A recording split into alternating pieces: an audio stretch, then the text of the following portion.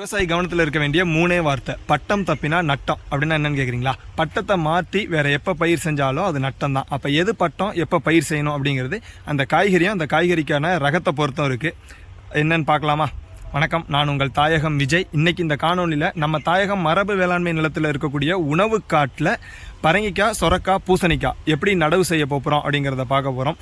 ஏன் இந்த காணொலி அப்படின்னு பார்த்தீங்கன்னா, நிறைய நண்பர்கள் நம்மக்கிட்ட பரங்கிக்காய், சொரக்காய், பூசணிக்காயோட விதைகளை வாங்குறாங்க. எப்படி நடவு செய்யணும்னு தெரிய மாட்டேங்குது. இன்னொரு விஷயம், நடவு செஞ்சுட்டாலும் கூட நிறைய பெருசாக தாவரங்கள் படர மாட்டேங்குதுங்கிறாங்க. காய்ப்புத்தன்மை ரொம்ப குறைவாக இருக்குது அப்படிங்கிறாங்க.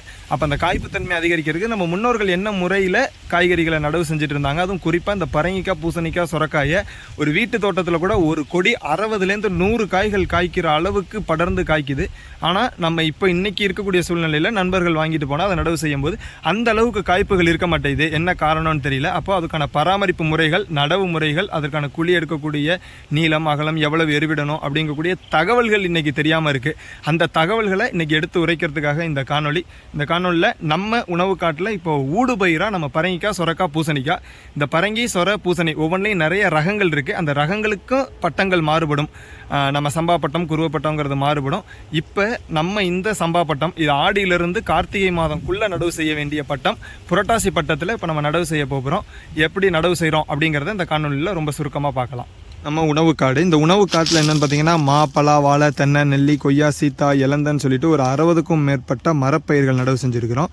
இது இப்போ நமக்கு நடவு செஞ்சு பார்த்திங்கன்னா 3 ஆண்டுகள் ஆகிடுச்சு. இதுக்கான ஊடு பயிராக நம்ம இப்போ தொடர்ச்சியாக பயிர் செஞ்சுட்ருக்கிறோம். போன வருடம் வாழை பயிர் செஞ்சுருந்தோம். இப்போ இதில் நம்ம நாட்டு காய்கறிகளான பரங்கிக்காய், சொரக்காய், பூசணிக்காய் பயிர் செய்யலான்னு முடிவு பண்ணி பயிர் செய்கிறோம். என்ன இடைவெளி அப்படின்னு பார்த்தீங்கன்னா, ஒரு குழிக்கும் இன்னொரு குழிக்கும் பார்த்தீங்கன்னா நேர் வரிசையில் இருக்கக்கூடிய இந்த இடைவெளியில் 8 அடி இடைவெளிக்கு ஒரு குழி செஞ்சுருக்கிறோம். இந்த குழிக்கான ஆழம் அகலம் பார்த்தீங்கன்னா 1 அடி ஆழம், 1 அடி அகலம், 1 அடி அகலம் நீளம் அப்படிங்கக்கூடிய இடைவெளியில் தான் நடவு செஞ்சுருக்கிறோம். நம்மளுக்கு ஏற்கனவே மேலே பார்த்தீங்கன்னா கரிசல் மணல் இருக்கும். அந்த கரிசல் மண் எடுத்துகிட்டு கீழே செம்மண் இருக்கும். அந்த செம்மண்ணில் ஒரு மண்வெட்டி கொட்டில் ஒரு கொட்டை எடுக்கிறோம். அதை எடுத்ததுக்கப்புறம் இந்த சைடு பார்த்திங்கன்னா இதுக்கு பக்கத்தில் கொய்யா கன்று இருக்கும் 8 அடியில். அதிலிருந்து 8 அடிக்கு அப்புறம் திரும்ப அங்கிட்டு ஒரு குழி. ஸோ ஒரு சைடு பார்த்திங்கன்னா 16 அடி இடைவெளியும், இன்னொரு குழிக்குமான இடைவெளி எவ்வளோன்னு பார்த்தீங்கன்னா 8 அடி இடைவெளியும் குழி எடுத்துருக்குறோம். எதுக்காக குழி எடுக்கிறோம் அப்படின்னா, ஒரு தாவர வளர்ச்சிக்கு என்ன தேவை முக்கியமாக அப்படின்னு பார்த்தீங்கன்னா 3 விஷயங்களை உள்ளடக்கி தான் ஒரு தாவரம் நல்லா வளரும். என்னன்னு பார்த்தீங்கன்னா, பௌதீகத்தன்மை, உயிரியல் தன்மை, வேதியியல் தன்மை. இந்த 3ஐயும் இயல்பாக இயற்கை சூழலில் ஏற்படுத்தக்கூடியது இந்த குழிகள் தான். இதை தான் பாரம்பரியத்திலையும் மரபில் ரொம்ப அழகாக பயிர் செஞ்சுருப்பாங்க.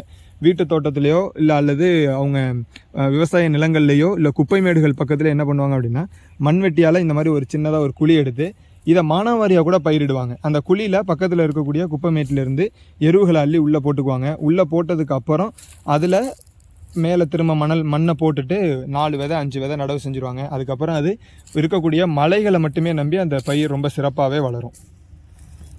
அதே முறையில் இப்போ நம்ம விவசாய நிலங்கள்லையும் பயிர் செய்ய போகிறோம். 8 அடிக்கு 16 அடி அப்படிங்கக்கூடிய இடைவெளியில் குழிகள் எடுத்திருக்கோம். இந்த குழிகள் பூரா மக்கின தொழு உரத்தை போட போகிறோம்.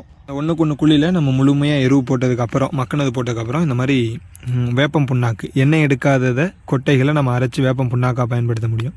இந்த வேப்பம் புண்ணாக்கை முழுமையாக அப்படி தூவி விட்டுட்டோம் அப்படின்னா நமக்கு வேர்ப்புழு சம்மந்தமாக, வேர்க்கரையான் சம்மந்தமாக எந்த ஒரு பிரச்சனையும் வராது. நோய் எதிர்ப்பு சக்தியோட தாவரம் நல்லா வளரும்.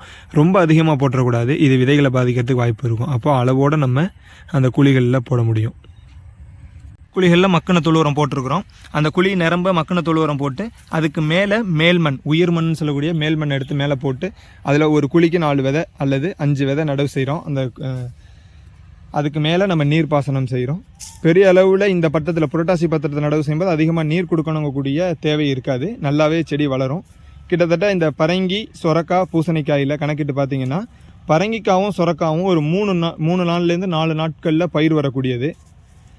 பூசணிக்காய் மட்டும் 6லேருந்து 7 நாட்கள் ஆகும்.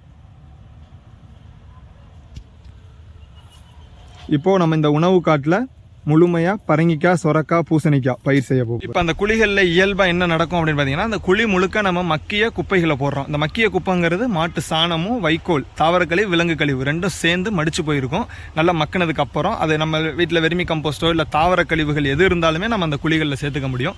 இப்போ இங்கே போடும்போது இயல்பாக என்ன நடக்கும் அப்படின்னா, நுண்ணுயிர்கள் அந்த உயிரியல் தன்மை இங்கே புழக்கத்தில் ஆரம்பிச்சிடும். ஈரப்பிடிப்பு, அங்கே நீர் பிடிப்புங்கிறது வந்து எந்த நேரமும் இருந்துகிட்டே இருக்கும். சாயில் அந்த இடத்துல நம்ம என்ன பண்ணியிருக்கோம், மண் அப்படின்னா பொலபொலப்பாக்கியிருக்கோம். இதான் அந்த ஃபிசிக்கல் ஃபேக்டர்னு கூடியது, பொலபொலப்பாக்கிட்டோம். அப்போது ரொம்ப பௌதிகத்தன்மையோட உயிரியல் சூழலோடு இருக்கும்போது அங்கே என்ன பண்ணுன்னா இயல்பாக ரசாயன மாற்றங்கள் ஏற்படும். நுண்ணுயிர்கள் தனக்கான உணவுகளை சிதைக்கும் போது அங்கே வேதியியல் மாற்றங்கள் ஏற்படும். அது மூலமாக அந்த தாவரத்துக்கு தேவையான தாது உப்புகள் உற்பத்தியாகி அந்த தாவரம் ரொம்ப சிறப்பாக வளர தொடங்கிடும். ஒரு தாவரம் நம்ம எந்த ஒரு மேற்பார்வையும் இல்லாமல் பெரிய அளவில் நல்லா வளர்ந்து காய்க்குது அப்படின்னா அதுக்கான அடிப்படை விஷயங்களான இந்த நடவு பராமரிப்பு தொழில்நுட்பத்தை நம்ம கடைபிடிக்க வேண்டிய சூழல் இருக்கும். இப்போ நம்ம அந்த முறையில் தான் நடவு செய்கிறோம். பெரிய அளவில் பராமரிக்க முடியாது, நான் ஒரு அலுவலக பணி போயிட்டுருக்கேன் அப்படின்னா அவங்கெல்லாம் கடைபிடிக்க வேண்டிய நுட்பம் தான் இது. முதல்ல குழி எடுத்துக்கணும், குழியில் எருவு போட்டுக்கணும், அதுக்கு மேலே மேல் மண்ணை போட்டுக்கணும். ஒரு குழி என்ன அகலம் ஆழங்கிறத பொறுத்து அதில் இருக்கக்கூடிய விதைகளோட எண்ணிக்கை. இப்போ நம்ம இந்த 1க்கு 1ங்கக்கூடிய இடைவெளிக்கு நம்ம எத்தனை விதைகள் நடவு செய்யலாம் அப்படின்னா 4 அல்லது 5 விதைகள் நம்ம நடவு செய்யலாம். இப்போ நம்ம 5 விதைகள் நடவு செய்ய போகிறோம். அடுத்தடுத்த காணொளிகளில் இது எந்த அளவுக்கு வளருது, எந்த அளவுக்கு காய்க்குது அப்படிங்கிறத தொடர்ச்சியாக பார்க்கலாம். நன்றி.